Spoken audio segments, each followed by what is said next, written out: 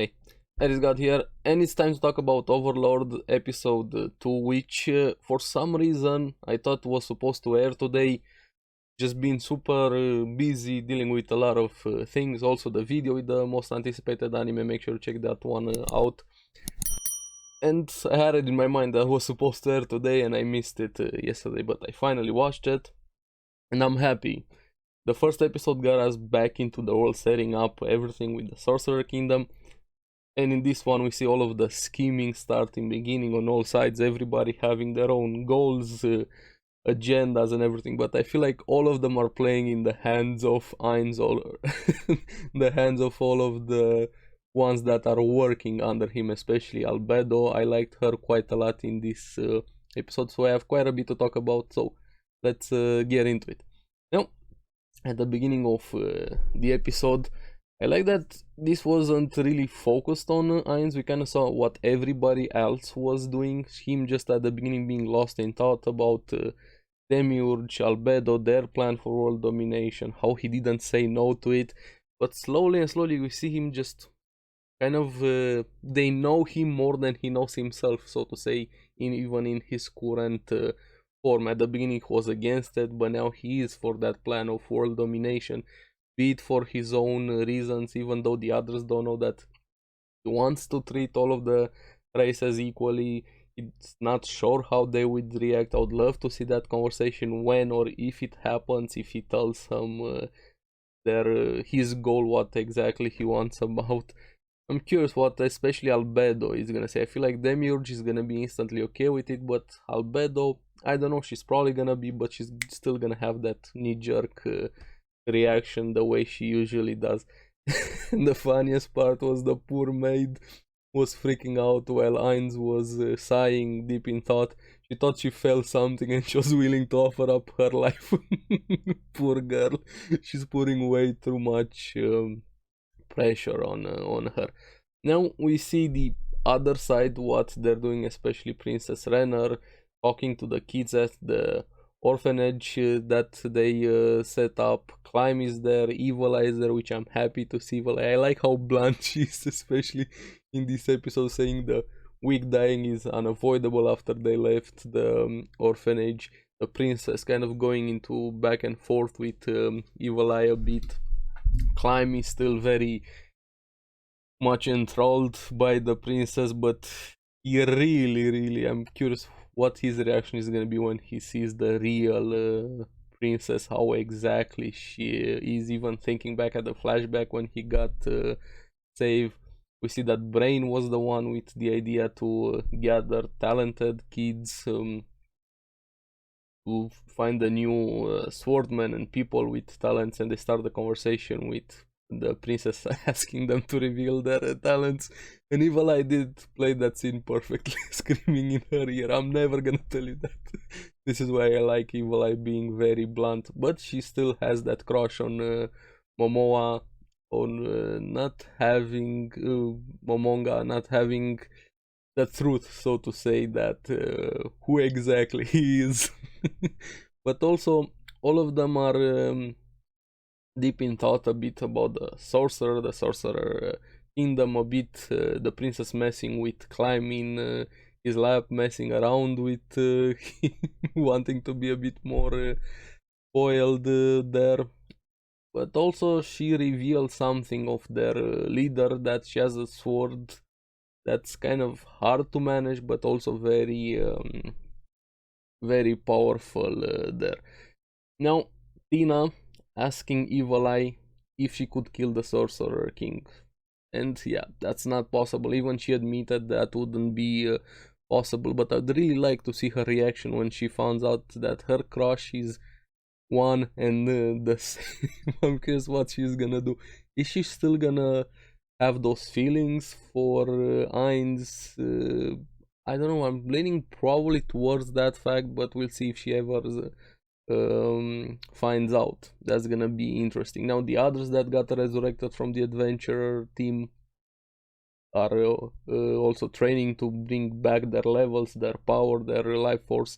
I'm curious how they're gonna be when we finally see them what being resurrected did to them, not just their power, especially their mental state. We saw Brain, how he dealt with his first encounter with Shaltier. That's gonna be interesting. What effect did that have on them, and how they're gonna go moving forward? On which side are they gonna land? Especially with everybody scheming left and right. We even see Zanak, the prince, thinking about Barbro, the sorcerer king over there. Everybody's lost in thoughts, dealing with the world literally shifting. Renner also goes to visit him, the princess instantly reading his plan of sending a tribute, telling him, you should send double a tribute because a convoy is on the way here. Now, again, he also has no idea that he's literally in the palm of Ainz being played here, or especially Albedo. He even says to Renner, I'm gonna give you a nice plot of land far there when I become king. Yeah, I don't think you're ever gonna be on that throne. You're not gonna have to worry about giving anybody any land or anything. Poor dude, he has no idea what's going on around him. He's so oblivious. It's kind of funny to see him like that.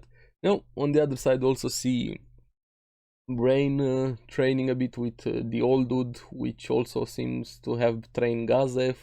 They dropped a name there as, I'm sorry if I'm mispronouncing the name, you guys know I'm not very good with names, Vesture Cloth de Lofen. Hopefully I got it a bit right. He was trained by the old dude, an old hero. Did they mention him before? I don't really remember.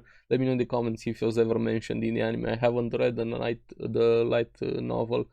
This is where we see that Brain is looking for a successor for the title of the warrior, and he doesn't want to take it upon himself because he feels he's unworthy, which I kind of disagree. I think he's the most worthy one, not just from a skill standpoint, but just how he views the other people, the world, his experiences also, the trust that Gazev also put into him.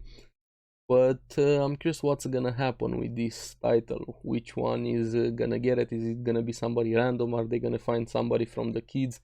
Is Brain gonna accept the fact that he's the best choice for it? A lot of plots and subplots happening throughout this episode being set up, and my biggest fear seems to happen, which I hope it's not gonna happen. Let's say with this one, sure, they used CGI on horses, especially on the delegation coming to greet with Zana, quite a bit of CGI there, but I really hope it's just gonna be background stuff like horses, mass soldiers, and things like that. When we're gonna have a big proper fight, especially when Ainz takes the field and uses a big spell or something, we're not gonna have the same thing that happened in the last episode of season 3 with those abominations looking. Oof, please don't give me any more of that CGI. And we'll see. Zanak was scared, to say the least, even telling his subordinates, be on your best behavior. And I liked that Death Cavalier that came in to introduce himself, saying, we don't have any name, so just call me Death Cavalier. You see how much of a military there are, when how imposing that army is just by that conversation. That's the feeling I got from that. We have no names. That's very scared from a military standpoint, because they're just simply there to fight. No goals, no ambitions, no everything compared to normal soldiers. This is part, besides all of the individual power-ups, I feel like a lot of people are missing the fact of how powerful a military is when its only purpose is to fight. You don't have individual schemes, grids, goals, and that like a normal soldier or human individual, which the other side has. And it's revealed the leader of the diplomatic delegation is Albedo, and I gotta say that dress and the way she looked there, hot damn, Albedo, oof, she was looking very, very good, and this is why she asked for permission to come here. Now, on the other side, we see the nobles gathering, especially this smug dude, Philip, always blaming something or somebody else. It's never his fault. He wasn't born in a good enough family, this and that, but never his fault. Yes, of course, it's never you. Now, I don't remember if we ever saw him in season 1 to 3. Let me know. It's been a while since I'm starting to remember some things. I probably forgot some things. Let me know if you saw him again. But let's call it first impression of him. He's very obnoxious, spoiled, self-entitled, and a brat and scummy, to say the least. But he instantly crushes on Albedo, seeing her. At least he can appreciate fine things in life. I'll give you that there, Philip, because Albedo was looking just stunning. Yeah, I gotta give you credit for that. He actually had the courage, the balls to go straight to her, even though it's probably the arrogance to invite her to a ball. Everybody around him panicking. Now we don't really see that reaction that Albedo had. We just only find out after that scene what he wanted to ask, how everybody reacted because he was being chastised by his father. And we see at least he has some sort of intelligence or ambition, even though he's misguided, saying he wants to use the Sorcerer Kingdom as tool, especially Ainz. Yeah, bro, underestimating, it's an understatement for what you're doing here. I feel ignorance is more than bliss for you. You're gonna have a very rude awakening when you realize what you are against here, and you're not gonna like it, to say the least. Their domain is between the Sorcerer Kingdom and Restis. He wants to take advantage of that, getting close to the Sorcerer Kingdom, betraying the other kingdoms, even though they are dependent on him. His father just lost all will. He had an answer for everything, and nah. And we also see even more development. He's like a literal puppet. They actually call him this in the episode, because what he wanted from Albedo was a ball, but he needed money, connections to start these ball things, and his supporter from the shadow is Hilma, and if you guys remember Hilma from the Eight Fingers, let's just say she has a bit of background with Torch. With Albedo and everything that happened. You know, Philip is also very, very insecure, especially at the ball. He felt like he should have been the first one greeted, and Hilma was handling him perfectly. I gotta give her credit for that. But he's also very pushy, because we see him with Albedo around his arm, and even asking her, "Are you married?"